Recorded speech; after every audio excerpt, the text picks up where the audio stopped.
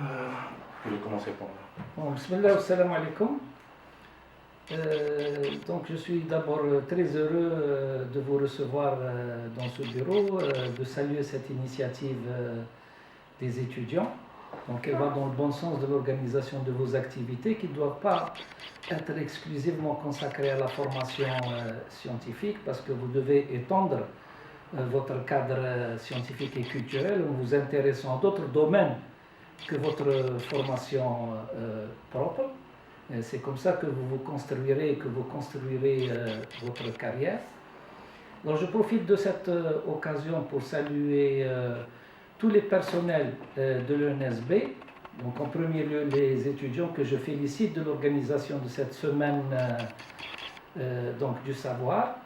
Je m'excuse de ne pouvoir y assister parce que je vais être absent justement pendant cette semaine. Et cette absence est motivée par une mission qui était programmée de longue date et que malheureusement je n'ai pas pu déplacer. Donc bon vent à votre semaine et j'espère bien que ce n'est que le début d'une longue série d'activités pour lesquelles vous aurez de la part de l'ENSB toutes les facilités et toute l'attitude pour les organiser convenablement et j'espère à chaque fois mieux que les précédentes. Voilà, bon maintenant si vous avez des précisions à demander, je vais essayer de vous répondre au mieux.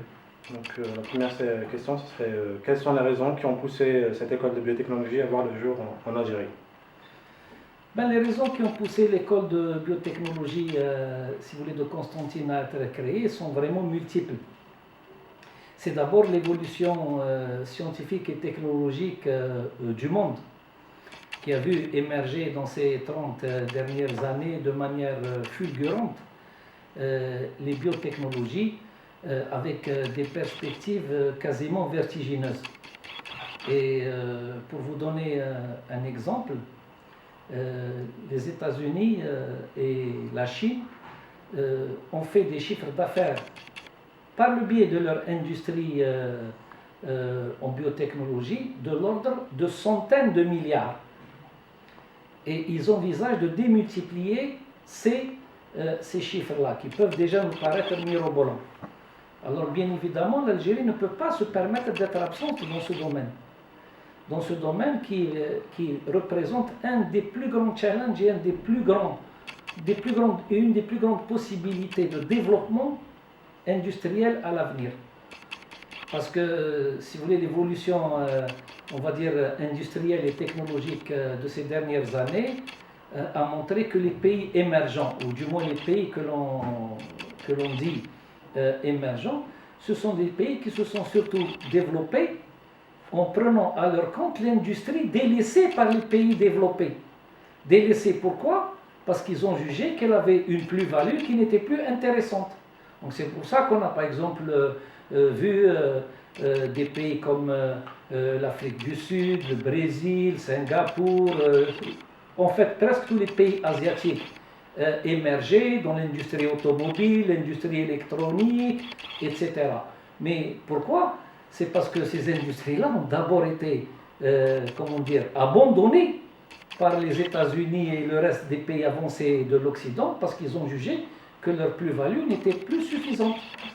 Et ces pays peuvent se permettre une telle démarche au niveau industriel parce qu'ils ont une recherche forte qui leur permet à chaque fois d'investir de nouveaux créneaux.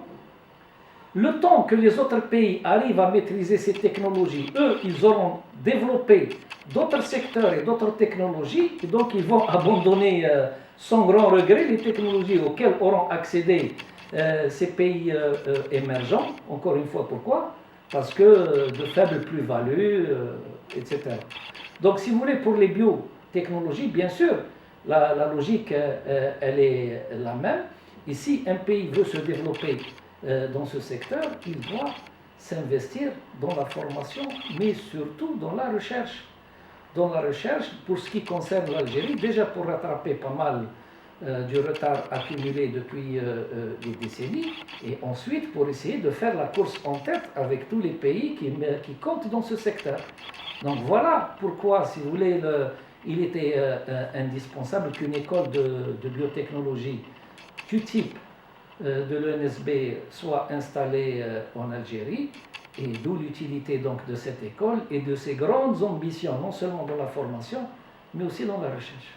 La deuxième question serait quels sont les domaines que touchera cette formation de biotechnologie? Et bien, de ce point de vue, c'est pas compliqué. Hein. L'ENSB a l'ambition d'investir quasiment tous les domaines de la biotechnologie. Tous les domaines de la biotechnologie dans leurs aspects les plus avancés qui soient. Donc aussi bien le domaine biomédical que le domaine de l'environnement, que le domaine des bioprocédés industriels, des biotechnologies végétales, des biotechnologies animales. L'ENSB ne s'interdit aucun domaine. Voilà. Troisième question. Quels sont les nouveaux apports que pourraient rajouter les élèves ingénieurs au marché du travail algérien international au terme de leur formation? Ben oui, ça nous renvoie un petit peu à la première question que vous avez posée. Si un pays ambitionne de développer un tissu industriel et avec son support de recherche donc en biotechnologie, il est bien évidemment évident que la ressource humaine, ça va être le moteur de cette politique-là. Donc à cet égard, la formation que prévoit de donner l'ENSB, bien sûr, est destinée à répondre à ces besoins-là. Donc d'abord en répondant par les élèves ingénieurs eux-mêmes, si vous voulez, à la demande industrielle. Bon, vous savez par exemple que dans le bassin d'emploi du Constantinois, il y a de grandes possibilités d'emploi dans le secteur pharmaceutique et parapharmaceutique. Mais ces possibilités dans ce secteur-là s'étendent en fait à toute l'Algérie, mais il n'y a pas que ça. Il n'y a pas que ça parce que l'ENSB est en train de prospecter tout le territoire national pour définir en fin de compte, si vous voulez, les domaines où elle va prioritairement se développer à l'avenir. Et donc de ce point de vue-là, l'apport des élèves ingénieurs devrait être des plus importants. Quatrième question. Il est mentionné que des stages sont prévus dans la formation à partir de la troisième année. En quoi consisteront-ils et quel plus ajouteront-ils à la formation préexistante? Voilà. Alors les stages, c'est, si vous voulez, dans la politique de formation de l'ENSB, au même titre que les formations qui sont faites par ailleurs dans le domaine de l'ingénierat, elles sont basées sur des applications. Elles sont placées sur des applications, c'est-à-dire que notre souhait est de former des ingénieurs praticiens, donc qui seraient opérationnels dès la fin de leur cursus. Bon, effectivement, il y a des stages de formation qui sont prévus tout le long du cursus à partir de la troisième année, autrement dit à partir du début du cycle ingénierat. Ces stages, d'abord, il y en a plusieurs et ils sont de différents degrés et doivent répondre à différents objectifs.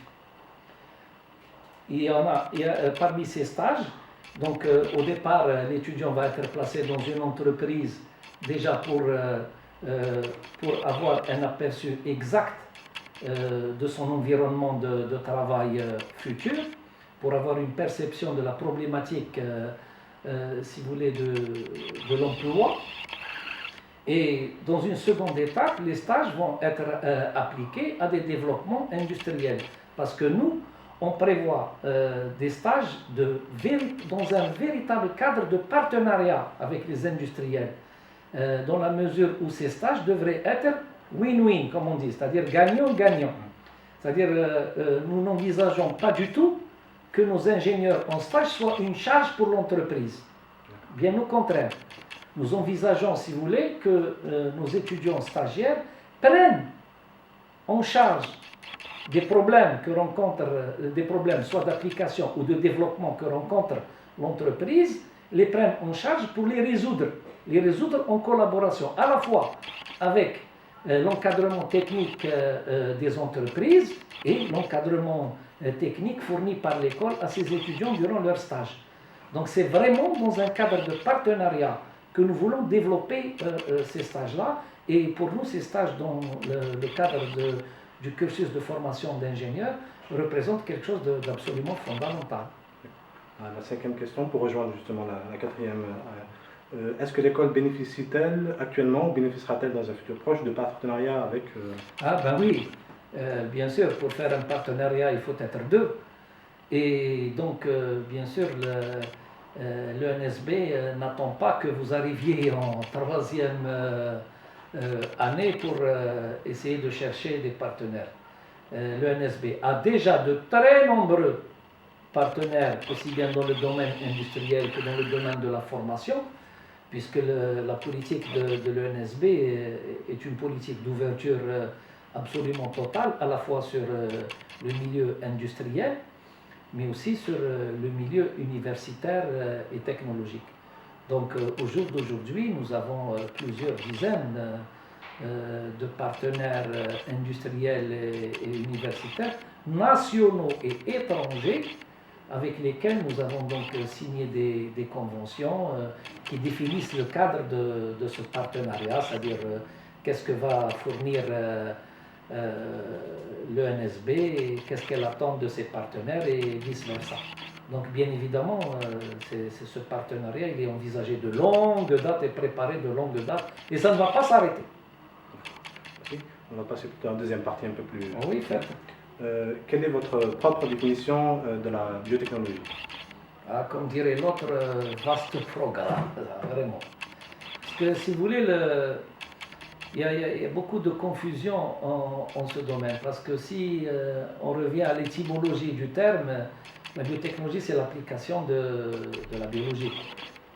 Donc il y a d'abord cette interprétation-là. Et souvent on confond aussi la biotechnologie avec les biosciences.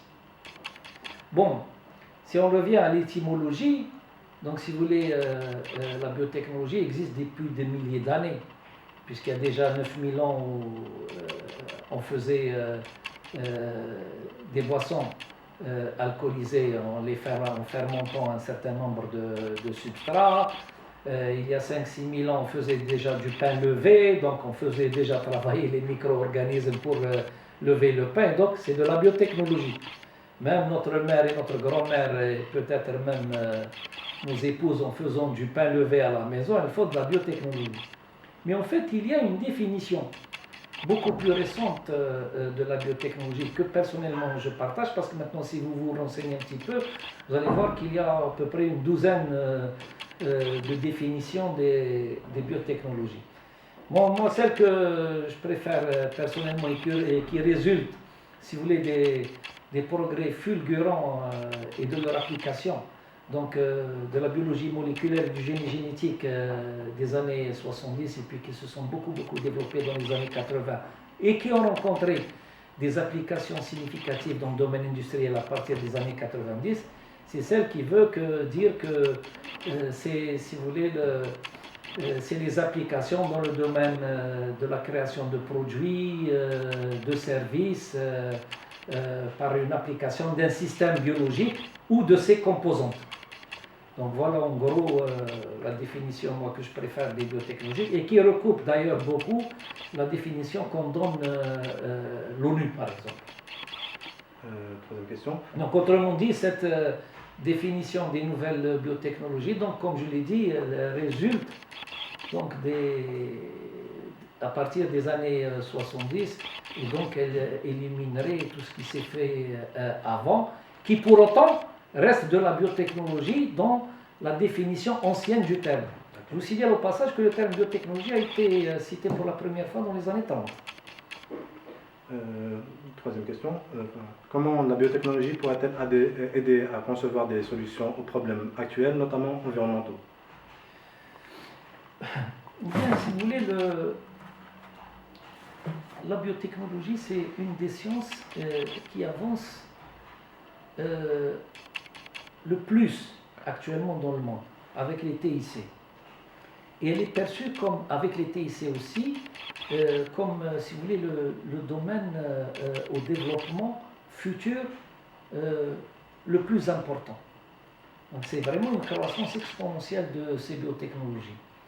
Concernant l'environnement, il est clair que les biotechnologies vont jouer un rôle absolument fondamental là-dedans. parce que le développement sociétal et économique du monde fait que malheureusement nous polluons de plus en plus l'environnement, parce que ce développement malheureusement s'accompagne de pollution et de contamination diverses de l'environnement, que la technologie peut effectivement aider à résoudre.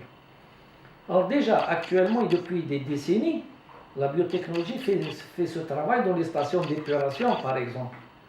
Parce que dans les stations d'épuration, sur quoi sont basés les processus d'épuration des eaux usées par les boues activées, par exemple? C'est sur un processus de biotechnologie. Pourquoi? Parce que dans les stations d'épuration, si vous voulez, le process ne fait qu'accélérer ce que la nature sait faire d'elle-même durant des semaines. Par exemple, au lieu de laisser une eau usée s'auto-épurer pendant plusieurs semaines, si vous voulez, dans les stations d'épuration, ce processus donc de plusieurs semaines est contracté en quelques heures par un processus de biotechnologie. Mais là ne s'arrête pas la biotechnologie. Parce que maintenant, par exemple, dans les sols pollués, par exemple, par les hydrocarbures aromatiques qui sont très très difficiles à dégrader et autres, on parle maintenant de myco-remédiation. C'est-à-dire qu'on ensemence ces milieux-là dans des conditions précises, etc., de champignons définis, on arrive à les dépolluer. Mais d'un autre côté, par exemple, pour ce qui est de l'environnement, vous savez que l'effet de serre résulte de l'accumulation dans l'atmosphère d'un certain nombre de gaz que l'on appelle gaz à effet de serre. Bon, tout le monde parle du CO2 parce que c'est le plus important quantitativement de l'effet de serre, mais il y a un deuxième gaz dont on parle beaucoup moins, mais qui est au moins aussi important, c'est le méthane. C'est le méthane qui est produit par les archébactéries, principalement par les hébergés dans le rumen des herbivores ruminants, mais aussi dans tous les milieux anaérobies, les marais, les stations d'épuration, etc. Et par exemple, maintenant, par des voies de biotechnologie, on essaie de réorienter le métabolisme de ces archébactéries de manière à mieux contrôler les émissions de gaz à effet de serre. Ça, c'est quelques exemples que je viens de vous donner. Mais c'est loin d'être exhaustif, ce n'est pas les seuls. Notre question. On entend souvent que la biotechnologie est une science pluridisciplinaire. Comment peut-on expliquer ce brassage des sciences? Bon, on peut expliquer ce brassage des sciences par le fait qu'il n'y a pas que la biotechnologie, la plupart des sciences émergentes et actuelles sont pluridisciplinaires et il n'y a plus les cloisons. Il n'y a plus les cloisons qui séparaient auparavant les sciences. Pourquoi? Parce que les sciences ont désormais des outils communs et, si vous voulez, la conjugaison de sciences différentes permet des synergies qui permettent d'atteindre les objectifs mieux et plus vite. Par exemple, quand vous parlez de biotechnologie, vous ne pouvez pas faire abstraction de la chimie. Vous ne pouvez pas faire abstraction de la physique, vous ne pouvez pas faire abstraction de l'électronique, des sciences des matériaux, etc. On a parlé tout à l'heure de pharmacie, de parapharmacie.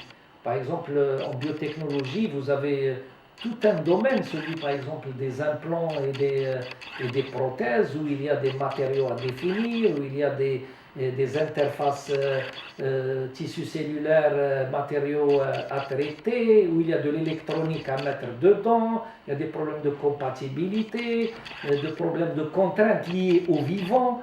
Et donc c'est en cela que la pluridisciplinarité est absolument nécessaire. Donc cela s'explique par cela que les sciences maintenant s'interpénètrent parce qu'elles apportent une synergie mutuelle qui permet d'avancer, comme je l'ai dit, plus vite et mieux.